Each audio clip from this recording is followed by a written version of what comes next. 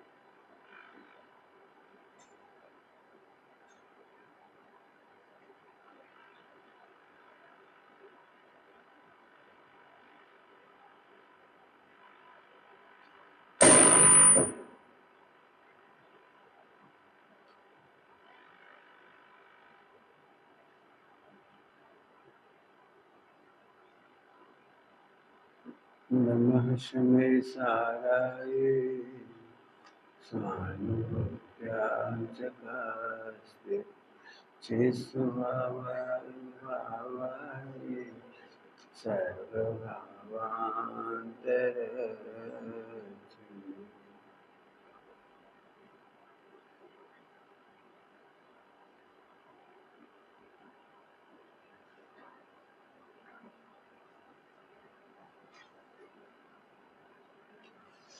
कल हम कहाँ थे पता है? कहानी कहाँ से स्टार्ट हुई थी? उज्जैन। और उज्जैन में हैं हाँ राजा और 4 मंत्री। ठीक, राजा का नाम क्या था? श्रीधर्मा। Very good. आज कल आखिरी में क्या हुआ था? उनको निकाल दिया था, है ना? निकाल दिया था शाम की सभा में चारों मंत्रियों को। और चारों मंत्री चलते चलते चलते उज्जैन से इंदौर नहीं गए, पास में था वो। भोपाल नहीं गए, पास में था। यहाँ की खबर फैल जाती वहां तक तो उनको। बीच में आगरा आया, बहुत सारी मथुरा आई, लेकिन कहीं भी किसी ने उन्हें राज आश्रय नहीं दिया। कहीं भी शरण नहीं मिली, कहीं भी जॉब नहीं मिली, कहीं भी कोई काम सेवा नौकरी नहीं मिली। आखिरकार हस्तिनापुर कितना दूर है वो? उज्जैन से हस्तिनापुर एकदम दूर। उस जमाने में, आजकल तो जरा में पहुंच जाओगे, उस जमाने में वहां तक जाने के लिए महीना भर लग जाता है। पैदल पैदल चलना था ना, सब छीन लिया था। घोड़ा नहीं, रथ नहीं, हाथी नहीं, पैदल पैदल चलते चलते वो 1 महीने में वहां पहुंचे। वहां पहुंचने के बाद कुछ बातें मैं इसलिए नहीं बता रहा हूँ, बहुत विस्तार है इसमें, पूरा विस्तार से लिखा हुआ है। कोशिश ये कर रहा हूँ कि 2 प्रसंग और आज आपको सुनाएं। 2 प्रसंग बड़े सुंदर प्रसंग हैं, एक उपसर्ग का और एक उपसर्ग निवारण का। ये 2 प्रकरण। चारों मंत्रियों ने राजा से 8 दिन का राज्य ले लिया। राज्य ले लिया, 7 दिन का भी कह देते हैं, आज 8वां दिन है। आज के दिन दिगंबर मुहिराजों की 700 मुहिराजों की रक्षा हुई थी, लेकिन हुई कैसे थी? उन्होंने तो इतना बड़ा यज्ञ रचाया था कि एक भी मुहिराज जिंदा ना रह जाए। सारे मुहिराजों को कुंड में पटक पटक करके जला दिया। ऐसा बहुत बड़े बड़े गड्ढे कराए उन्होंने, जंगल की लकड़ियां काट काट करके डाल दी उसमें, और उन मुहिराजों को मारने का पूरा प्रयत्न। आपने एक बात देखी है, जब कल पेपर होता तो आज रात को सपने में पेपर आता है ना? आता है। सुबह पेपर देना हो, परीक्षा देनी हो, तो रात को परीक्षा सपने में आने लगती है। अपन पढ़ाई कर रहे हैं, पेपर लिख रहे हैं, पेपर कठिन है, सरल है, आता है कि नहीं? ऐसे ही उनको भी, चारों मंत्रियों को ऐसे ऐसे डरावने सपने आए थे आज रात को। आज मैंने 14 की रात को, मैंने आज सुबह उठ करके आया इसके पहले। भीषण अग्नि का यज्ञ है और उसमें साधु को पटक पटक करके जला रही है। और इतने में उसने सपने में क्या देखा कि भयानक आंधी और तूफान चले और सारी सारी कुंड की अग्नि, यज्ञ की अग्नि उछल उछल कर उन्हीं के ऊपर गिरने लगी, उनके परिवार पर गिरने लगी, उनके मंत्रियों पर गिरने लगी और सब जलने लगी। तो एकदम सपने में देखकर हाँफ गया। वो सपना देखा था उसने, एकदम पसीना पसीना हो गया। अब सगुन वाली सपने क्यों आ रही, कहीं मैं गलत तो नहीं कर रहा हूं। अब डर गया बेचारा वो, लेकिन अब क्या करें, इतना बड़ा यज्ञ कर लिया था, आज आखिरी दिन था उस यज्ञ का, तो क्या करें। यज्ञ तो चालू था, लेकिन उससे पहले क्या हुआ था, कल के दिन तेरस के दिन मैंने परसों रात्रि में दिगंबर आचार्य मुनिराज सोए हुए थे और सुबह सुबह के समय में उन्होंने एक नक्षत्र को कांपता हुआ देखा। मैं पढ़ के सुनाता हूँ, देखो। श्रावण सुदी 14 की सुबह ज्योतिष मंडल में भी रात्रि काल में श्रावणी नक्षत्र कंपित हो रहा था। कहीं दूर मिथिलापुरी के समीप के पर्वत पर, कौन सी नगरी थी, मिथिलापुरी, और वहां आचार्य सागर चंद की दृष्टि उस पर गई और वे चौंक गए। उनके मुखार से अचानक अब सगुन सूचक आह निकल गई। तो निकट स्थित सावधान विद्याधर शुल्लक पुष्पदंत ने आवाज सुनी। वो चकित हो गया। क्यों? क्योंकि दिगंबर महाराज रात को बोलते नहीं, लेकिन एकदम ऐसे निकल, ओ ऐसे निकल गया। तो देखते से जैसे निकला, तो क्या बात है, कोई दर्द है, कोई कष्ट है, कोई परेशानी है क्या? तो उन्होंने सुबह होने के बाद, सारी काम कर लेने के बाद, कृति कर्म कहलाते हैं, कृति कर्म हो जाए, कृति कर्म करते हैं सुबह सुबह। छठ आवश्यक करने के उपरांत उन्होंने अपनी मन की जिज्ञासा उमड़ पड़ी तो पूछा। तो मुनिराज ने बताया, आचार्य श्री सागर चंद जी ने बताया। कौन से मुनिराज थे? आचार्य सागर चंद, नाम बोलो, सागर चंद। उन्होंने कहा, जाओ धरणीधर पर्वत, नया नाम आ गया, धरणीधर पर्वत, नाम बोलो। इस धरणीधर नाम के पर्वत पर मुनिराज विष्णु कुमार तपस्या कर रहे थे। कौन से मुनिराज? कौन से? विष्णु कुमार मुनिराज तपस्या कर रहे थे। तो उनसे कहा, जाओ धरणीधर पर्वत की गहन गुफा में महातपस्वी, रिद्धिधारी, आगम अध्यात्म के महान वेत्ता, इंद्रों से भी पूज्य महामुनिराज विष्णु कुमार को बतलाओ कि इस समय जिन शासन की प्रभावना का समय आ गया है, विद्या बल से आकाश मार्ग से गमन करता हुआ, आपने देखा आकाश में चलती, जो विद्याधर होती है आकाश में चलती है, आकाश मार्ग से चल करके धरणीधर पर्वत पर आए और वहां पर उन्होंने एक नियम लिया, हम तब तक आहार नहीं करेंगे सारे मुनिराज जब तक कि 700 मुनिराजों की रक्षा नहीं हो जाएगी। तो उन्होंने उपवास कर लिया। महामुनिराज विष्णु कुमार को नमोस्तु किया। नमोस्तु महाराज। आचार्य श्री का आशीर्वचन कह सुनाया। गुरु आज्ञा को सिर माथे रखते हुए, क्या कहा? गुरु आज्ञा को सिर माथे समझते हो? अच्छा, आचार्य सागर चंद जी का मुझे आज्ञा है कि मैं रक्षा करूं, तो ठीक है, लेकिन मैं क्या कर सकता हूं? उन्हें मालूम ही नहीं था कि उनको रिद्धि थी। कौन को?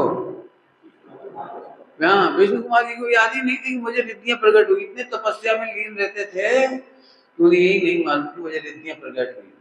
तो उन्होंने बताया, विद्याधर ने, शुल्लक जी ने बताया कि आपको तो रिद्धि प्रकट हुई है, विक्रिया रिद्धि। अपनी रिद्धि को संकोच कर तत्काल उन्होंने हाथ बढ़ा करके देखा। हाथ, आपको पता है रिद्धियां होती तो क्या होता है? यहीं बैठे बैठे हाथ बढ़ाएंगे तो इस दीवार में से हाथ निकलते हुए चला जाएगा। यदि पहाड़ होगा तो पहाड़ में से हाथ निकलते हुए चला जाएगा। उसके बीच में कोई भी होगा तो उसी में से हाथ निकलते हुए चला जाएगा। ऐसी रिद्धि हो जाती है। तो उन महाराज को ऐसी रिद्धि हुई। उन्होंने फौरन समझ गए कि मेरे को रिद्धि है, वापस आए, हस्तिनापुर पधार गए। अवधि ज्ञान में अंतिम दिवस को मुनि पर होते हुए संकट की तैयारी दिख रही थी उनको कि आज महाराज को बहुत बड़ा संकट आने वाला है 700 महाराजों पर। धन्य है विष्णु कुमार महाराज, थोड़ी इनकी भक्ति करेंगे अपन। धन्य है विष्णु कुमार महाराज जिनको विक्रिया रिद्धि उत्पन्न हुई। परंतु उसका लक्ष्य भी नहीं था। क्यों? यदि तुम्हें कोई रिद्धि हो जाए तो उसका उपयोग करोगे कि नहीं करोगे? यदि आपको ऐसी रिद्धि हो जाएगी लड्डू और हाथ में आ जाए तो खाओगे कि नहीं खाओगे? बोलो, यही तुम्हें रिद्धि हो जाए तोड़ने की, तोड़ोगे कि नहीं तोड़ोगे? मजे करोगे, है ना? लेकिन धन्य है मुनिराज विष्णु कुमार, उनका लक्ष्य ही नहीं गया कि मेरे पास बड़ी बड़ी रिद्धियां हैं। ध्यान से सुनना बच्चों, मुनिराजों के लिए ये बड़ी बात नहीं है कि रिद्धियां हो जाएं। पूज्य होने की बात तो ये है कि उन रिद्धियों की प्रयोग नहीं करते। एक बहुत सुंदर पंक्ति है, आप पढ़ते होंगे, देखिए मैं पढ़ के सुना रहा हूँ। तप घोर करे आकाश चली, हे पार नहीं जिनके बल का। कैसे मुनिराज घोर तपस्वी और आकाश में चल सकते हैं, मन वांछित रूप बना सकते, भारी हल्का लंबा छोटा। मुनिराज भारी हो जाते हैं, हल्के हो जाते हैं, चल सकते हैं, छोटा रूप बना सकते हैं, बड़ा रूप बना सकते हैं। ऐसी विक्रिया रीति उनको हुई, पर नहीं प्रयोग करे उनका, निज ख्याति लाभ पूजा है तो, उन समझड़ वैभव ठुकराऊं, तब होते वे मुक्ति से तो। ऐसे पवित्र दिगंबर मुनिराज, घोर तपस्वी मुनिराज हमारे लिए मोक्ष में निमित्त हो जाते हैं। कब? जब हम भी उनके समान रिद्धियों का ध्यान न करें। रिद्धि चाहिए कि भगवान बनना है? बहुत बढ़िया। आखिरकार वे वहां पर पहुंच गए। हस्तिनापुर में चारों ओर एक दयनीय दशा हो गई। इसका वर्णन सुन लो थोड़ा सा। जब 8 दिन का राज्य ले लिया तो हुआ क्या? हस्तिनापुर में चारों ओर श्रावक श्राविकाएं, शिशु, बालक, बच्चे विलाप कर रहे थे। जैन श्रावक श्राविकाएं रो रहे थे, असहाय स्वर गूंज रहा था। जहां देखो राज सैनिकों का अत्याचार हो रहा था। बड़े लोगों के लिए इतना कहना हुआ था कि जैसे हिंदुओं पर अभी बांग्लादेश में हो रहा होगा, जैसा हो रहा होगा, बिल्कुल वैसा आतंक हो गया 8 दिन के लिए। बलि हेतु पशु संग्रह करने पर अपने चरम पर था। उन्हें स्वर्ग पहुंचाने का कह करके प्रजाजनों की गाय, बैल, भैंस, अश्व एकत्रित करने हेतु बलात् छीने जा रहे थे। तो जैनियों के पशु पक्षियों को भी छीन लिया गया, पशुओं को भी। श्रावक गण अपने पशुओं को छिपाने बचाने का असफल प्रयास कर रहे थे कि जैन लोग सोच रहे थे हमारी गाय, हमारे बैल मारे ना जाएं, तो बचाने का असफल प्रयास कर रहे थे। और जब जैन लोग अपने पशु नहीं दे रहे थे तो उनके बच्चों को छीन के ले जा रहे थे। पशुओं का चीत्कार कानों के पर्दे फाड़ रहा था। बलि में पड़े पशु एवं मुनि देह के जलने से उत्पन्न दुर्गंध नाक को भेदे जा रही थी।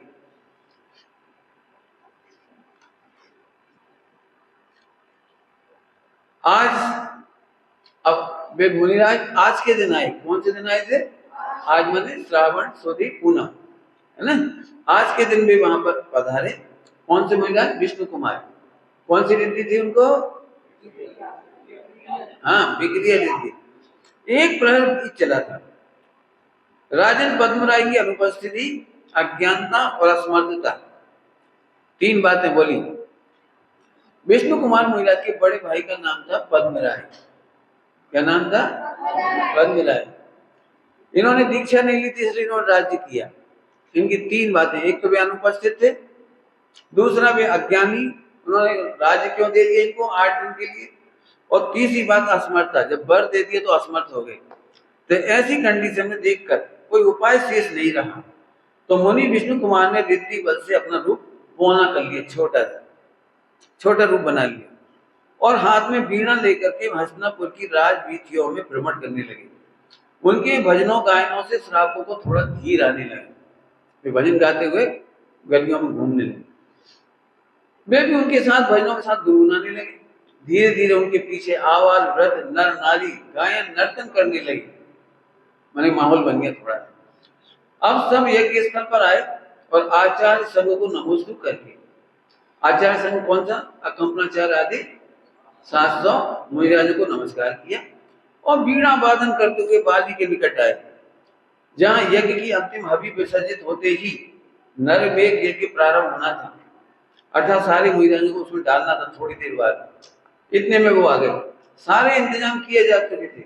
मन ही मन में स्वप्नों में जिनकी अनेकों बार चिताएं जला चुका था, ऐसे बाली आदि 4 मंत्री आज इन मुनिराजों को साक्षात जलते हुए देखने का अभिलाषी था। इधर प्रातः से ही इंद्र देवता नाराज थे। इंद्र देवता, श्रावण भादों का महीना कैसा होता है? खूब पानी बरसता है। तो हस्तिनापुर में भी उस साइड खूब पानी बरसता है, जिसे देख देख करके मन आशंकित था। रह रहकर तेज हवाएं चलती थी। काले काले मेघ मानो यज्ञ से नाराज होकर काले वस्त्र धारण करके आए हो। जहां तहां बिजली कौन रही थी, मानो वैकुपित ही हो रही हो।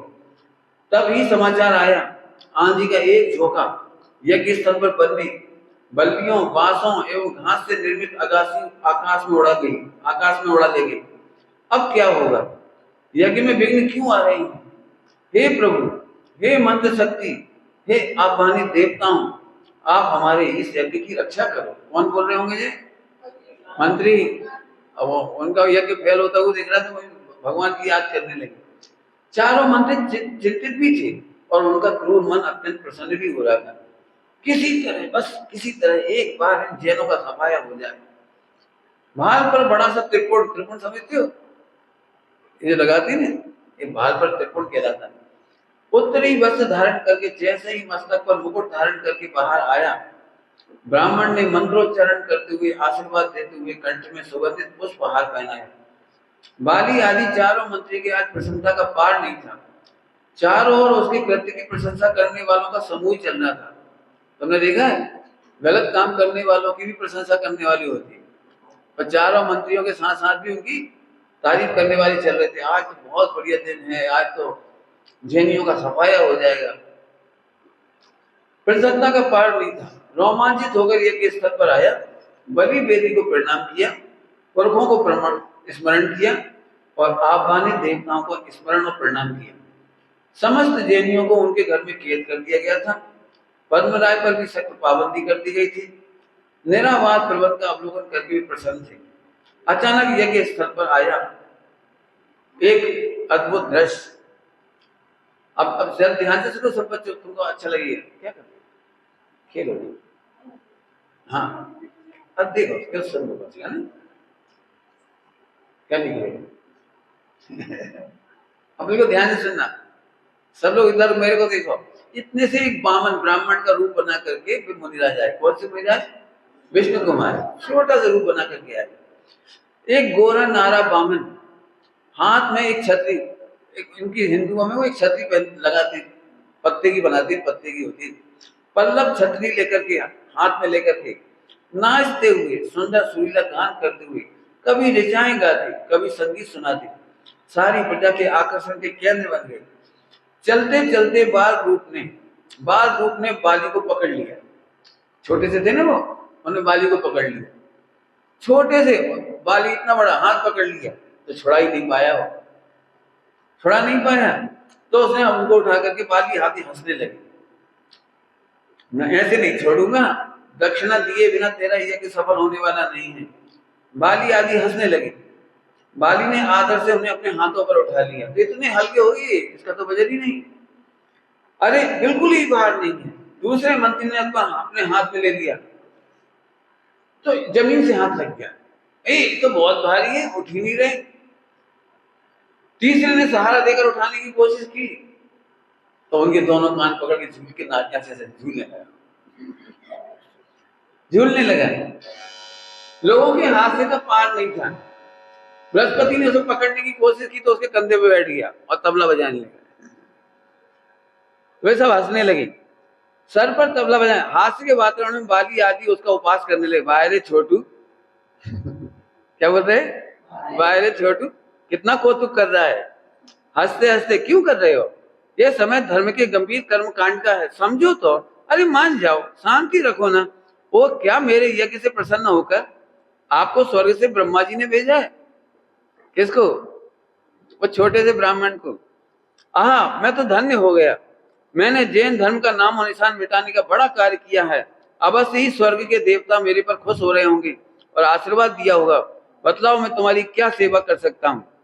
आप प्रसन्न होइए, मैं इस समय 3 लोक का राज्य भी दान दे सकता हूँ। ध्यान रखना, हमारे यहाँ मायाचारी नहीं कर सकते, कोई मुनिराज मायाचारी नहीं कर सकते। 3 पैर छोटे दिखा करके बड़ा मांग ले, 3 पैर छोटे दिखा के बड़ा मांगना तो मायाचारी है, झूठ बोलना है। तो ऐसा नहीं किया, उन्होंने खुद ही कहा, उन्होंने समझा ये बहुत प्रसन्न है, तो आप बताइए हम आपको क्या दक्षिणा दें। अवश्य राजन, मुझे तुमसे कुछ नहीं चाहिए। और अपना अचानक रूप बढ़ाना शुरू कर दिया। अरे ये क्या, ये कौन है? नर नारी चौंकने लगे। अरे आज वे क्या देख रहे हैं? सारे लोग एक टक अब मात्र एक ही ओर देख रहे थे। उन्हें सबका ध्यान आकर्षित करना था। अभी तो छोटा रूप था ना, तो सबको नहीं दिख रहा, लेकिन जब अचानक यज्ञ स्थल पर रूप बड़ा होने लगा तो एक एक आदमी, जितनी भीड़ थी सब उन्हीं को देखने लगी। रूप बढ़ना रुक ही नहीं रहा। बाली आदि भयभीत हो गए, क्या ये मेरे से रुष्ट हो गए? अरे मैंने इनका उपास बेकार में कर दिया, क्यों किया मैंने? अब क्या होगा? हाय, ये तो साक्षात विष्णु भगवान ही तो नहीं आए। आज के दिन में दक्षिण भारत में विष्णु कहानी आज भी वहां, आज के दिवस हर साल एक विष्णु पुराण की एक कहानी सुनाई जाती है। जो कहानी हम सुना रहे हैं ऐसी वहां भी सुनाई जाती है, पर वो विष्णु भगवान कहते हैं और हम इनको विष्णु कुमार मुनिराज कहते हैं। उन्हें अपने पापों का भय सताने लगा। मैंने क्या बुरा किया? हे भगवान, आप जो भी हैं मुझे क्षमा करें, क्षमा करें। मैं अपने जीवन में धर्म विरुद्ध कुछ भी नहीं करूंगा, आप मुझे निर्देशित कीजिएगा। मैंने इन्होंने खुद ही क्षमा मांग ली इनका रूप देख कर। विशाल रूप देखते ही चरणों में गिर पड़े, क्षमा याचना करने लगे। तो सुन बाली, यज्ञ में हिंसा करना पाप है। कोई तुझे इस पाप से बचाने वाला याजक, विद्वान, पंडित हो तो आकर तुझे दुखों से बचा ले। आगे आए, कोई है बचाने वाला? आगे आओ। तो सारे ब्राह्मण थर-थर कांपने लगे। जब कोई बचाने वाला नहीं आया तो विष्णु कुमार मुनिराज बोले, बाली, अहिंसा से ही तेरा यज्ञ सफल हो सकता है। सारे पशुओं मनुष्यों को तत्काल मुक्त कर, यह पापों की सजा भुगतने को तैयार रहे। कोई बचाने को तैयार हो तो सामने आए। सब असहाय हो गए। आखिरकार मंत्रियों ने क्षमा मांगकर सारे मुनिराजों को प्रणाम करके मुक्त कर दिया। मुनि विष्णु कुमार की रिद्धि अतिशय देखकर चारों मंत्रियों ने दिगंबर मुनियों के तप और अतिशय को जाना और नमस्कार किया। यह तो आर्ष परंपरा है। इस सुदृढ़ महास्तंभ, ये युगल जी बाबूजी के शब्द हैं, बहुत प्यारे शब्द हैं, इसलिए ज्यों का तो पढ़ रहा हूं। महातपोनिधि, सिद्धों के प्रतिबिंब, चलते फिरते सिद्धों सम होते हैं। स्वरूप वाटिका में आत्म स्वरूप सौंदर्य के दर्शन संवेदन से जिन्हें एक पल को भी विराम नहीं मिलता हो, जिनकी सुधारस झरती वाणी से विभावों की बस्ती उजड़ती हो। क्या कहा? फिर से पढ़ता हूं, देखो क्या कह रही हूं। जिनकी सुधारस झरती वाणी से विभावों की बस्ती उजड़ती हो और उजड़ी हुई बस्ती अतीन्द्रिय आनंद की बस्ती बस्ती हो। दिगंबर जैन संस्कृति के शिखामणि समान हैं ये दिगंबर मुनिराज, जिनका मूल्य जग के संपूर्ण हीरे माणिक मोतियों से भी नहीं हो सकता है। उपसर्ग काल में मेरु समान निष्कंप आर्तरोध भाव से कहीं दूर क्षमा के भंडार, मुक्ति के मूर्तिमान पूज्य बंदनी दिगंबर मुनिराज आदर्श होते हैं। अभी 700 मुनिराजों का एक सुंदर वर्णन है, वो सुनने लायक है। अब अभी तक अपने वहां घटना देख ली, उन्होंने क्षमा मांग ली, लेकिन 700 मुनिराज कैसे थे वो देखो आप। उस मुनि संघ में 13 बाल मुनि, तुम जैसे 13 बच्चे मुनिराज थे वहां। 132 किशोर मुनि, 278 युवा मुनि, 87 प्रौढ़ मुनि, 246 रोगी वृद्ध मुनि थे। इनमें से अनेकों दिवसों के अंतराय थे। 7-8 दिन का अंतराय तो होगी ना, उपवास हो गया। क्षुधा, तृषा, ज्वर, कफ, पित्त पीड़ित नाना दशाओं वाले मुनिराज थे, परंतु सबसे बढ़िया बात थी उनके चित्त स्थिर थे। बच्चों, अब तुम्हारी कहानी आ रही है, सुनो ध्यान से। अच्छे बेटे बेटे देखना, केवल देखोगे सुनोगे तब समझ में आ जाएगी कहानी। एक 9 साल के मुनिराज थे, उनका नाम था पुनीत सागर। नाम बोलो। कितने साल के थे? अब कल्पना करो 700 महाराजों को चारों तरफ से यज्ञ में घेरा हुआ है, चारों तरफ से कभी भी आग लगाई जा सकती है, यज्ञ में जलाया जा सकता है। वे 9 साल के महाराज क्या सोच रहे हो? एक 13 साल के महाराज थे विनीत सागर, उन लोगों के बीच में चर्चा प्रारंभ हुई, सुनने लायक। 9 वर्षीय सबसे छोटे वय के मुनि थे। निर्भीक देखकर अन्य साधुओं को भी बल मिल रहा था।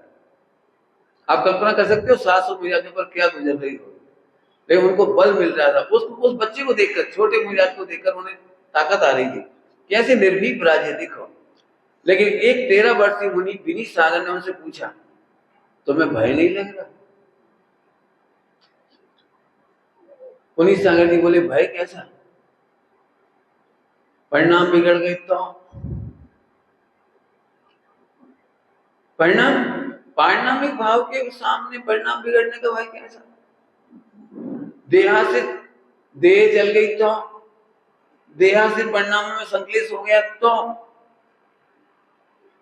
तत्समय की योग्यता से जो हो सो हो शरीर का। मैं तो मात्र परिपूर्ण प्रभु हूं, आनंद से भरे हुए। पुनीत बोले, कैसे भरे हुए प्रभु हूं? आनंद से भरे हुए। एक किशोर भाई के मुनि बोले, ना जाने मेरे कितने भव बाकी होंगे, आज संकट आ गया, मेरी देह छूट जाएगी, कितने भव बाकी है। पुनीत सागर बोले, अरे पारिणामिक भाव में भव कहाँ? पारिणामिक भाव में भव कहाँ और मुक्ति की भी कमी कहाँ?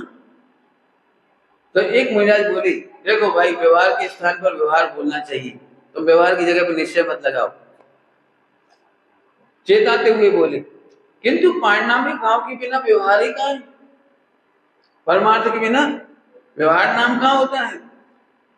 फिर एक महाराज घबरा रहे थे, भाव बिगड़ने पर क्या होगा, मर गए तो क्या होगा, मुझे तो बहुत पुरुषार्थ करना बाकी था, परंतु इस अवसर के कारण शायद ही जीवित बचूं। उदास स्वर में एक महाराज बोले, पुनीत सागर जी बोले, सुनना बढ़िया, पुरुषार्थी के भाव बिगड़ते भी नहीं और बढ़ते भी नहीं। पर्याय की स्वतंत्रता एवं ध्रुव की पूर्णता स्वीकार करते ही संपूर्ण पुरुषार्थ हो जाता है। फिर से बोल रहा हूं, पर्याय की स्वतंत्रता समझते ही और ध्रुव की पूर्णता स्वीकार करते ही संपूर्ण पुरुषार्थ हो जाता है। देह अभी जाए या कभी जाए, हमें इसकी कोई चिंता नहीं। आनंद पूर्वक पुनीत सागर बोले। अब एक महाराज बोली, पता है आग लगेगी, लपटें उठेंगी, धुआं उठेगा। एक महाराज की आंखों में भय साफ साफ झलक रहा था। तो फिर पुनीत सागर जी बोली हंसते हुए, जहां देह अपनी नहीं तहां न चिंता को। जब देह हमारी है ही नहीं, जिस दिन हमने दीक्षा ली थी देह बचाने के लिए थोड़ी ली थी, हम तो निर्भय होकर निकले थे, देह जाए तो जाए। एक मुनि की, तो जहां देह अपनी नहीं, चिंता किस बात की? अब 10 स्पष्ट भगवान आत्मा जलेगी कैसे? अग्नि ने अनादिकाल से आत्मा को छुआ ही नहीं है, तो आज क्या कर लेगी अग्नि? श्रवण करते ही शांत एवं वीर रस से भर गए। अब कल्पना करो बाहर की परिस्थिति कैसी है और महाराज को तत्व ज्ञान कितना आनंद दे रहा है। सब वीर रस से भर गए। क्या क्या अपन यहां से कहीं जाकर अपने प्राण नहीं बचा सकते? एक महाराज ने युक्ति विचारी, यहां से भाग जाए तो दूसरे महाराज बोले, आचार्य की आज्ञा के बिना हम क्या कर सकते हैं? उदास स्वर। ध्यान रखना, 17 के महाराज होती, सब भावलिंगी नहीं होती, तो 17 के भाव दिखाएं। आचार्य भी क्या करें, वे तो आगम आज्ञा से बंधेगी। चातुर्मास काल में कहीं जाने का तो प्रश्न भी नहीं है, और उपसर्ग काल में तो जाने के बारे में सोचना कायरता है, न बन सकता है जब उपसर्ग आ गया तो। उपाध्याय विनम्र सागर जी बोले, कर्मोदय से भागने की व्यवस्था नहीं है। मान लो अपन भाग रहे होंगे, पकड़ पकड़ के डाल देंगे तो क्या करो? इसलिए भागने के बारे में मत सोचो, उपसर्ग के काल में वेद विज्ञान के पल पर स्वरूप स्थिरता की सोचो। चातुर्मास स्वरूप में समाने की व्यवस्था है, भागने की व्यवस्था नहीं है, स्वरूप में समाने की व्यवस्था है। तो क्यों ना स्वरूप का चिंतन निर्णय करके निर्विकल्प हो जाए। फिर एक मुनिराज बोले, इतने भयभीत क्यों हो रही? असहता से ज्यादा क्या होगा? और आयु से पहले देह नहीं छूटेगी। देह के परिणाम से मेरा क्या बनता बिगड़ता है? आनंद करो। सब तरह के मुनिराज।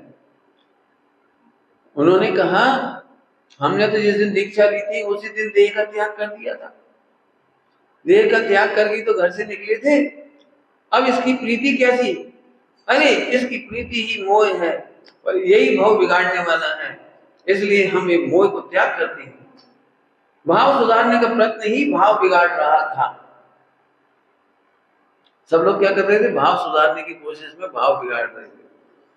सभी प्रसन्न हुए, वातावरण हल्का हो गया। मनुष्य भाव बेकार ही चला जाएगा।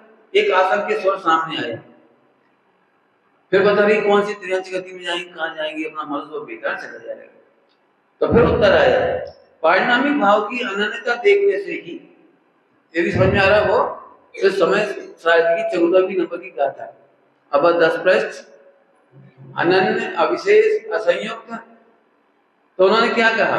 पारिणामिक भाव की अनन्यता देखने से ही तो ये भाव सार्थक हो गया है।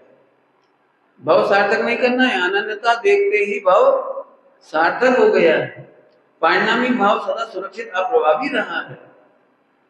प्रमाण ध्यान से सुनना, अनन्य देखते ही प्रमाण सफल हो गया, नए सफल हो गए, निक्षेप सफल हो गए, गुण भेद शक्ति भेद सफल हो गए। कुछ पढ़ना बाकी नहीं रहा, कुछ सीखना बाकी नहीं रहा, कोई गुणस्थान सीखना बाकी नहीं रहा, न्याय शास्त्र कुछ पढ़ना बाकी नहीं रहा। आत्मा को जानने पर सब कुछ जान लिया। ओ फिर भी एक मुनिराज बोले, ये सब पढ़ना तो थे मुझे, ये सब मुझे पढ़ना थे। एक मुनिराज बोले, सारी विशेषताएं अविशेष की प्रसिद्धि में सार्थक हो जाती है। प्रमाण न्याय निक्षेप गुणस्थान मार्गस्थान ये कब सार्थक हो जाती है? एक अविशेष को जानते ही सार्थक हो जाती है। तो सारा विशेष स्वतः ही जानने में आ गया। विशुद्धि शिव समकाम है। आप सब तो विशेष प्रज्ञा के धनी हो, आपका कल्याण तो अवश्य हो जाएगा, मेरा क्या होगा? हताश एक कुंठित स्वर सामने आया, तुम तो पढ़े लिखे भी हो, तुम्हारी विशुद्धि बहुत है, तुम्हारा ध्यान करना अच्छा है, तुम सब तो चले जाओगे, मेरा क्या होगा? एक मुनिराज जैसे बोले। तो उन्हें फिर समझाया, अरे पारिणामिक भाव सदा नियत भाव वाला है। अभी नियत वाला बोल, इन घटने बढ़ने वाले भावों से सदा नियत भाव, वह मैं हूं, वह भिन्न मैं ही हूं, अनुभव में लायक है। घटने बढ़ने वाले भाव को देखने की जरूरत नहीं है। उपाध्याय का वात्सल्य आदेश आ गया, चलो सभी अपने अपने नियत स्थान पर जाकर ध्यानस्थ हो जाओ। उपसर्ग काल में भूख प्यास कुछ नहीं दिखता है, चलो। सब जाकर अपने अपने ध्यान में लीन हो गए। अब तभी गहरा गहरा धुआं उठने लगा, श्वासें रुकने लगी, खांसी चलने लगी, बेहोशी छाने लगी। अमर आत्मा को तो कुछ भी फर्क नहीं पड़ा। हाँ, देह की दशा बदलने लगी, चिंता करने को अवसर भी नहीं मिला। तभी बरसात होने लगी, अग्नि शांत होने लगी, लेकिन गर्म गर्म भाप और धुआं मिश्रित रूप से राहत देने लगा, दम घुटने लगा। किन्हीं मुनिराज के हाथ पांव जल गए, किन्हीं मुनिराज की केश राशि जल रही थी, किन्हीं मुनिराज की पीठ जलने लगी, किन्हीं मुनिराज के नितंब जल रहे थे, किन्हीं मुनिराज के घायल तुलसी देह जमीन पर पड़ी हुई थी और किन्हीं मुनिराज का धुआं से दम घुट रहा था। परंतु ध्यान जिसके फल में केवल ज्ञान होता है, कोई कोई मुनिराज को केवल ज्ञान हो गया, कोई को मनपर्य ज्ञान हो गया, कोई को अवधि ज्ञान आदि अनेक विधियां प्राप्त होने लगी। आत्मज्ञान आत्म ध्यान में मग्न मुनिराजों को सभी 700 मुनिराज भेद विज्ञान की दशा में धैर्य रखे हुए थे। हम उनकी तरफ से कह रहे हैं, हमारे 700 मुनिराज आत्म ध्यान में ऐसे मग्न हो गए शांति से, मानो उन्हें कर्मों का भय ही ना हो, उदय का भय ही ना हो, उपसर्गों का भय ही ना हो। वे कर्म अपने ठाठ तो दिखाता है किसे, प्रतिकूलताओं का भी वह बतलाता है किसे। दिगंबर मुनिराज 700 मुनिराज बिल्कुल निर्भीक, निर्भय, निरपेक्ष ज्ञाता रूप हूँ, ज्ञाता ये रहूंगा। इस तरह मुनिराज आत्मा में लीन हो गए। एक और बहुत सुंदर पंक्तियां हैं। मुनिराजों को अग्नि का भय नहीं लग रहा था, जलने का भय नहीं लग रहा था। क्यों? क्योंकि आत्मा देह से भिन्न है। आत्मा प्रदेशत्व गुण वाला है, अपने असंख्यात प्रदेशों में रहता है। निज प्रदेश रूपी किला है, जो कभी ना किसी से बिता है। कर्म रागादि भी रहते बाग, बैठ पाए कदापि न अंदर। अंतरंग में सदा विकारी, आज अद्भुत छवि निज निहारी। बात कुछ भी हो रहा था और बेमिजाज अपने निज प्रदेश के नाम सुरक्षित आत्म ध्यान में मग्न थे। और इसी समय एक मिजाज को केवल ज्ञान हो गया, एक मिजाज को केवल ज्ञान प्रकट हुआ। फिर क्या हुआ उसे देखो। आत्म साधकों की अंतर्लोक की सुंदरता भी कम दर्शनीय नहीं थी। भावी सिद्धों के टोले मानो स्थिरता में कंपटीशन कर रहे हो, प्रतियोगिता कर रहे हो। अंतर में मोह क्षीण हो रहा था, देह में उपयोग मानो आता ही ना हो। वाह क्या स्थिरता, वाह क्या श्रद्धा, आत्मविश्वास, आयु कर्म साता का अद्भुत विश्वास। वाह दो द्रव्यों दो पर्याय की स्वतंत्रता का गाढ़ विश्वास। बाली आदि के प्रति किंचित मात्र भी रोष नहीं, द्वेष नहीं। और वो इनकी पूजता 100 इंद्र के द्वारा भी इनकी पूजा क्यों ना होगी। ऐसे अवसर के काल में भी कुछ मुनिराज अतीन्द्रिय आनंद का आस्वादन करते करते कितने मुनिराज रिद्धि सिद्धि को प्राप्त हुए। 3-4 मुनिराज बेहोश हो गए, पद्मासन में ही विराजे थे, लेकिन बेहोश होने पर भी पद्मासन में विराजे थे। 9 वृद्ध एवं रोगी मुनिराज समता भाव से देह विसर्जन करके स्वर्ग चली गई, स्वर्गस्थ हो गई। इनमें से एक मुनिराज निर्वाण को प्राप्त हो गई। अहो बाल रूप दिखने वाले पुनीत सागर, जिन्होंने सबसे ज्यादा चर्चा की थी, उन पुनीत सागर को देखो। उन्होंने अपनी संलेखना और समाधि को सार्थक कर लिया। उन्हें केवल ज्ञान हो गई, अवसर केवली के रूप में प्रसिद्ध हो गई। उनकी गंधकुटी लगाई गई। इंद्र देवगण उनके मोक्ष गमन का उत्सव मना रहे थे। आचार्य कंपन एवं विष्णु कुमार सहित सारे स्वस्थ साधु उन्हें पीछे उठा करके 3 बार आवृत्ति पूर्वक सिरोन्नति करने लगे। आचार्य कंपन आदि और विष्णु कुमार मुझे उनको नमस्कार करने लगे। जो मोक्ष चले उनका उत्सव मनाया गया, निर्वाण महोत्सव।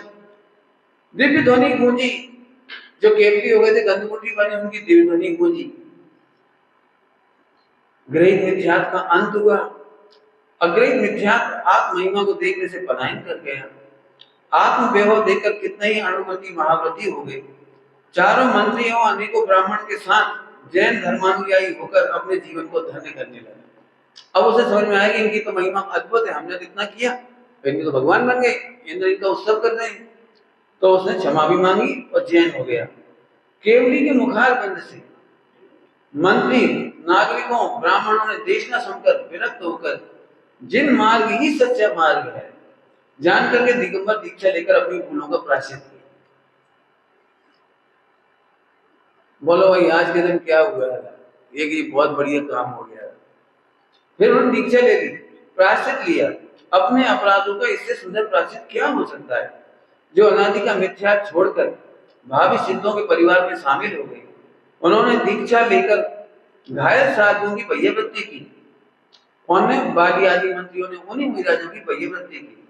इधर विष्णु कुमार मुनिराज ने भी प्रायश्चित लेकर पुनः दीक्षा ली। उन्होंने केवली सर्वसंग सहित 9 दीक्षित मंत्री मुनियों को भी प्रणाम किया। समझ में आया क्या कहते हैं। विष्णु कुमार ने प्रायश्चित लेकर शुद्धि करी और उनसे पहले दीक्षा ले ली थी अभी थोड़ी देर पहले मंत्रियों ने। तो विष्णु कुमार मुनिराज ने उन्हीं मंत्री आदि जो बन गए थे मुनि, उनको नमोस्तु किया। एक प्रायश्चित लिया पूरे जीवन का। कोई मंत्री नहीं है, सब आत्मा है। और जो पहले संयम धारण करता है वो बड़ा है। इनने थोड़ी देर बाद कपड़े उतारे फिर वापस प्रायश्चित लिया, तो इनको भी मुनि दशा तो वापस मिली, लेकिन मंत्रियों से छोटे हो गए। जैन शासन में उम्र की कीमत नहीं है, संयम की कीमत है। बाहर योग्य विनय भाव। उन मंत्रियों के मुनि बनने पर भी उनसे लघुता स्वीकार करने में कोई मान नहीं। एक भारी दीक्षा महोत्सव हुआ।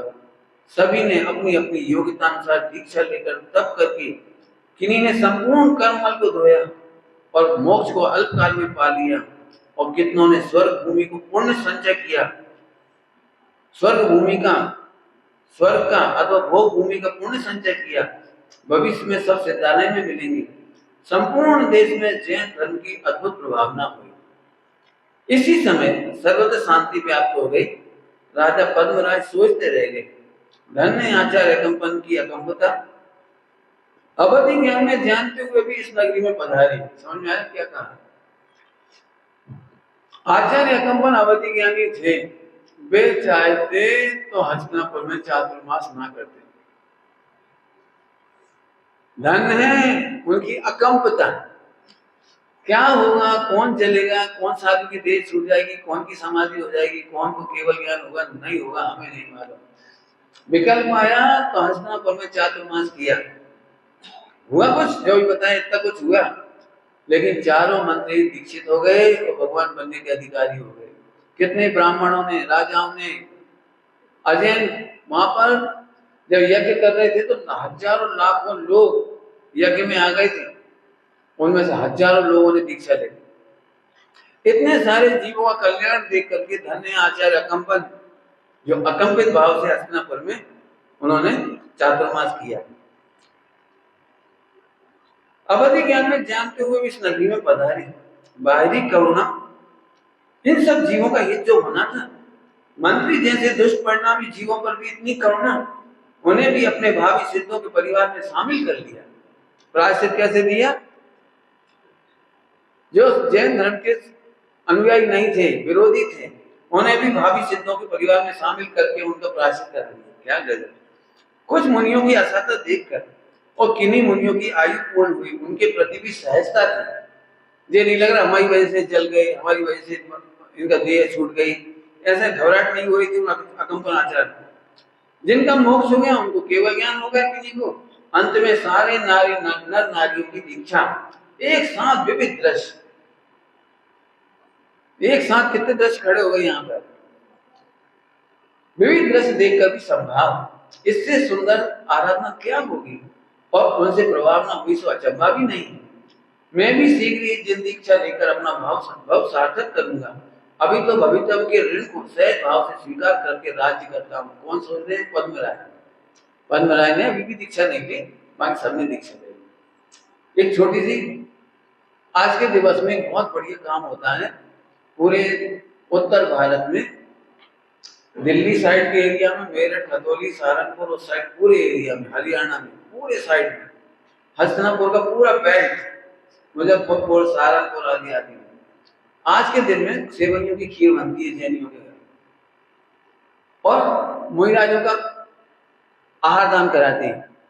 और जिनके घर में मुहिराज नहीं आते वहां पर वो क्या करते हैं, आचार्य कंपन आदि 700 मुहिराज और विष्णु कुमार मुहिराज की जय करके कहकर लिख करके एक कागज पर अपने दरवाजे पर लगा देते, याद करते हैं। आज के दिवस में पूरी जगह हुआ ऐसा। तो क्या होता है उसे देखो आप। श्रावकों में खुशी की लहर व्याप्त हो गई। सारे श्रावक दौड़ दौड़ कर मुहिराज का उपचार करने लगे। बच्चे यज्ञ स्थल पर बोए गए जवारी उखाड़ उखाड़ कर नगर में भागने लगे, ताकि लोगों को उनकी बातों का विश्वास आ सके। लोगों को भरोसा नहीं हो रहा था कि मुहिराजों की रक्षा हो जाएगी, तो बच्चे दौड़ दौड़ कर जवारी दूसरों को दे रहे थे, ताकि ये समाचार विश्वसनीयता के साथ द्रुत गति से सारे देश में पहुंच जाए। वे दौड़ दौड़ कर भुजकियां उखाड़ कर नगर में दौड़ रहे थे। वे मुनि विष्णु कुमार की जय, अकम्पनाचार्य आदि समस्त मुहिराजों की जय जय से व्योम हो जाने लगी। जो महिलाएं, वृद्ध और रोगी लोग घर से बाहर निकलने में असमर्थ थे, वे यहीं से निर्जल उपवास करके नमोकार मंत्र का स्मरण करके भावना भा रहे थे। क्योंकि सब लोग तो घर से बाहर नहीं निकल सकते थे। खुशी में जितने लोग निकल गए थे वे तो निकल गए, और जो बीमार थे, रोगी थे, वृद्ध थे, वो घर में ही थे, तो उन्हें समाचार दे रहे थे। वे अंदर में नमोकार मंत्र पढ़ के भावना भा रहे थे कि मुहिराजों की रक्षा हो। सुनते ही उनकी आंखों से हर्ष का नीर बह निकला। उन्होंने बच्चों को, कल्पना करो उस दिन का, जहाँ श्रावकों को बड़ी पीड़ा हो कि हमारे मुराजों पर अवसर होने वाला है, उन्हें जलाने वाले हैं, तो भोजन नहीं बना, पानी नहीं, कोई, सब उपवास कर रहे थे, सब लोग नमकानंद पढ़ रहे थे, किसी तरह भगवान की रक्षा हो, महाराज की रक्षा हो, जैन धर्म की रक्षा हो, निरंतर भावना बहा रही थी। और अचानक खुशखबरी आई तो उनकी आंखों से आंसू निकलने आए। तो उन्होंने अपना स्वर्ण पहने हुए कंगन, अपने गहने उतार उतार के उनको देने लगे बच्चों को स्वर्ण आभूषण देने लगे, मुद्राएं देने लगे, मिठाइयां खिलाकर पुरस्कार करने लगे। बच्चे बड़ों के पांव छू छू कर खुशखबरी दे रहे थे। आज तो नगर में मानो मात्र बच्चों की नदी बह रही थी। अंत में हिंदुओं द्वारा यज्ञ स्थल की सफाई हुई, सारे जवारे नदी में छेपित कर दिए उन्होंने। आपको पता होगा आज के दिन ये हिंदू लोग क्या करते हैं, जैनों ने नहीं किया, हिंदुओं ने वो सब जवारे उखाड़ करके छेपित कर दिए। और आज हमारे पूरे उसमें वो भजरिया लेने का कार्यक्रम होता है, वो यही से निकला है। 2 प्रहरी तो बीता था, मैंने 2 बार हो गई। घर घर में आहार का प्रबंध होने में क्या देर लगी थी। कठिन आहारचर्या आज भी मुराज कर रहे थे। अली वृत्ति गोचरी वृत्ति से हुआ। अली वृत्ति समझते हो बच्चे लोग? भंवरा होता है, भंवरा पुल के ऊपर जाता है तो थोड़ा सा रस लेके आ जाता है, पूरा रस नहीं सूझता, इसको कहते हैं अली वृत्ति। ऐसे दिगंबर मुराज घरों में आहार लेने जाते हैं तो देखते जाते हैं इनके बर्तन में कितना आहार है, घर कितना बड़ा है, गरीब की कुटिया है क्या है, कितने मेंबर हैं, तो थोड़ा सा आहार लेके वापस आ जाते हैं, पूरा नहीं लेते। कभी भी उन्हें आप पूरा नहीं पूछ सकते। तो अली वृत्ति कहलाती है। गोचरी वृत्ति माने किसी स्त्री पुरुष की ओर नहीं देखते, नीचे देख करके आहार लेते हैं, नीचे देख करके गमन करते हैं, इसका नाम है गोचरी वृत्ति। किसी ने, अब सोचो 7-8 दिन का उपवास जिनका रहा होगा, गले रुंधे होंगे, तो किन्हीं महिलाएं ने 2 घूंट जल लिया, किसी ने 4 घूंट जल लिया, किसी ने मात्र दूध लिया, किसी ने 2 गिलास चावल लिए, किसी ने थोड़ी सी सब्जी अथवा दलिया की खीर ली, शेष ने गर्म जल पर्याप्त मात्रा में पिया। 7 दिन के उपवास से कंठ में पित्त बाधा से बचाने के लिए मुनिराजों को रोटियां नहीं दी गई। समझदार लोगों ने रोटियों को भिगो करके उसका पानी निकाल कर दे दिया, वो ताकतवर होता है। रोटियों का पानी छान करके भोजन में दिया। किन्हीं मुनिराजों को चावल का मांड दिया, सौंफ धने का पानी दिया जिससे पित्त शांत हो, आंवला और गुड़ को गर्म जल में भिगोकर उसका पानी दिया जिससे उनके पित्त शांत हो। इस तरह से सारे मुनिराजों का निरंतर आहार हुआ। जिनको विधि नहीं मिली उन्होंने अलाप परिषद जीतने का आनंद लिया। वे तब भी देर ना होने से, वे तब भी मैं देर नहीं हूं ऐसा जानने से आनंद पूर्वक सविपाक निर्जरा करके आज भी अंतराय का पालन करके उपवास से रह गए। जिन्हें निरंतराय चिदानंद रस का पान कर रहे थे, फिर से बोलता हूँ क्या कहा मैंने, जिन्हें आहार का अंतराय हुआ था वे निरंतराय चिदानंद चैतन्य रस का आहार कर रहे थे। समझ आया? अनेकों साधुओं के उपचार में 2 पक्ष लग गए। श्रावकों ने उनकी भक्ति से वैयावृत्ति की। इस तरह से आज की तारीख में रक्षाबंधन का पर्व हुआ। अब 2 मिनट थोड़ी सी बातें और मुझे कहनी है, जल्दी जल्दी, सभी बच्चे भी ध्यान से सुन लेंगे। आप समझे, श्रावण का ये महीने का अंतिम सप्ताह है। सभी जैनियों को बैराग का सप्ताह है, संयम का सप्ताह है, त्याग का सप्ताह है। शास्त्रों महाराजों के उपसर्ग का विचार चिंतन करने का अवसर है। लेकिन बड़ा दुख होता है देख करके, हम बाजार में इन्हीं दिनों में बाजार का मावा लाएंगे, बाजार की मिठाइयां लाएंगे, अथवा घर में कढ़ाई चढ़ा करके 3-4 दिनों में, 5-6 दिनों में, 7 दिनों में, 3 दिनों में हम मिठाइयां बनाएंगे, नमकीन बनाएंगे, खुशियां मनाएंगे, एक दूसरे के न्योते करने के नाम पर वो तिलक करेंगे, राखी बांधेंगे, सारे काम करते हैं। लेकिन एक काम जो मेरे दिमाग में है वो होना चाहिए, इन 8 दिनों में हमें रस परित्याग तो करना चाहिए। इन दिनों में कम से कम 8 दिन तो रस परित्याग करना ही चाहिए। मिठाइयाँ नहीं बनानी चाहिए, वैराग का दिवस है। बाजार की चीजें अवश्य नहीं खानी चाहिए, लानी चाहिए, क्योंकि अभी वैराग का दिवस है। और कल जो 14 निकली है, कल यज्ञ प्रारंभ हुआ था, इसलिए हम लोग जैनी लोग पूरे उत्तर भारत में कल के दिन राखी बांधते मंदिर की राखी है ना, मंदिर में राखी नहीं बांधते, मंदिर की राखी लेकर खुद बांधते हैं। और वो पूरी धनराशि उसको मिलती है न्योछावर के रूप में, क्या कहलाता है, माली ब्याज सी अपने उनको मिलती है, और खुद बांधते हैं। और इस संकल्प के साथ कि हम जैन धर्म की रक्षा करेंगे।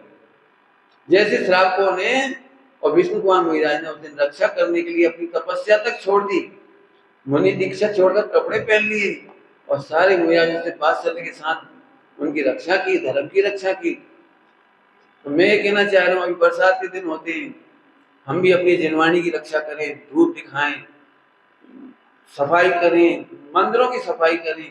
इन 8 दिनों में मंदिर में खूब भक्ति करें, चर्चा वार्ता करें, और हो सके तो शिविर लगाएं, हो सके तो शिविर लगाएं, चर्चा वार्ता करें, तत्व अभ्यास करें, कराएं,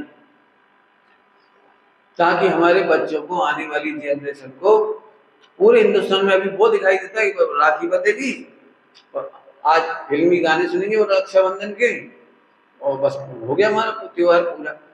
तो मैं चाहता हूँ आज के दिवस में हम सब लोग विचार करें कि हमें कैसे इस उत्सव को, इस पर्व को कैसे मनाना चाहिए।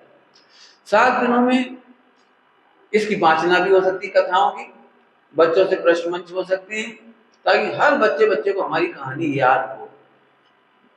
कई बार बच्चों से पूछो रक्षाबंधन की कहानी मालूम है, तो उन्हें वह कहानी मालूम होती है जो इन्होंने स्कूल में पढ़ी हो या पिक्चरों में देखी हो। तो इसकी परिपाटी अपने मंदिरों में चले, इसी भावना से अभी विराम देते हैं। ओम नमः शिवाय।